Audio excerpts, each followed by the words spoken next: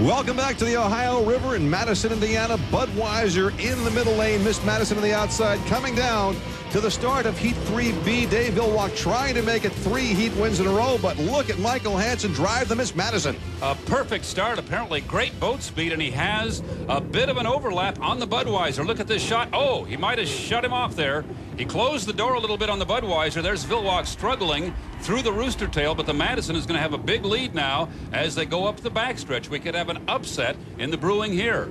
Well, Dave has got the Budweiser up and running again, but Michael Hansen appeared to cut it in pretty quickly after getting that terrific start from the O'Doul's Eye in the Sky. We saw a very unusual sight as any boat ahead of the Budweiser, and still at this point, the Miss Madison is ahead. We've yet to hear, though, from the officials on this as Dave tries to catch back up in the Bud.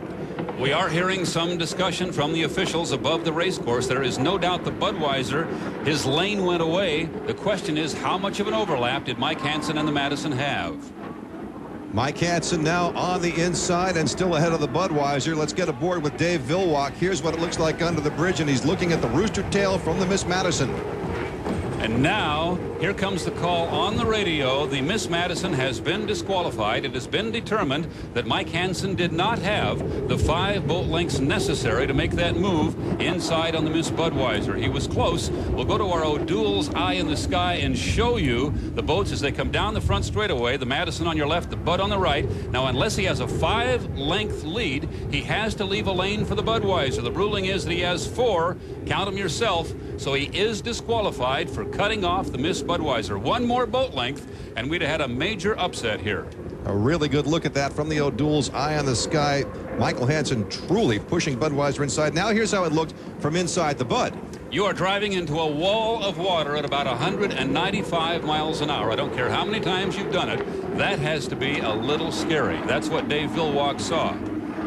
Which was not a whole lot. That's a tribute to Dave's experience, not to have just gone off the course, but he knows what to do. Now back to the action, and the Budweiser is moving up ahead of the Miss Madison anyway. Remarkable job of coming back. I'm sure that Dave Villwock at this point has his back arched, his head bowed over the steering wheel, and I'm going to get him kind of attitude. He went right by him on the front straightaway.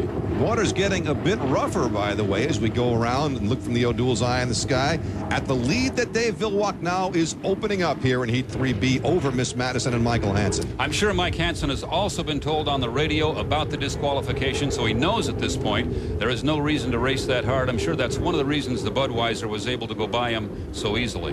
What this also means is that Dr. Ken Muscatel in the Northwest Unlimited, a boat we've not mentioned up till now, is going to take second place in this heat.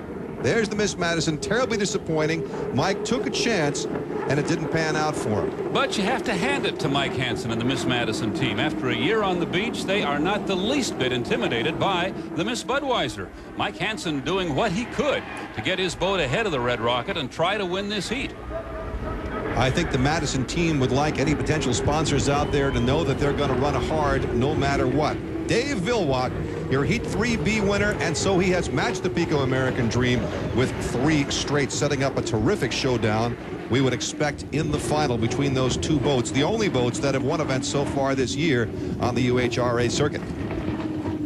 And here is the aforementioned Dr. Ken Muscatel picking up second place in his Northwest Unlimited. A pretty good drive for him in this particular heat.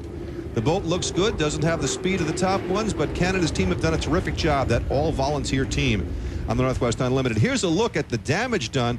Look there on the right side tail fin of the Budweiser as we check the results. A perfect 1200 for the Budweiser. Let's go down to the dock and Steve to talk with Dave.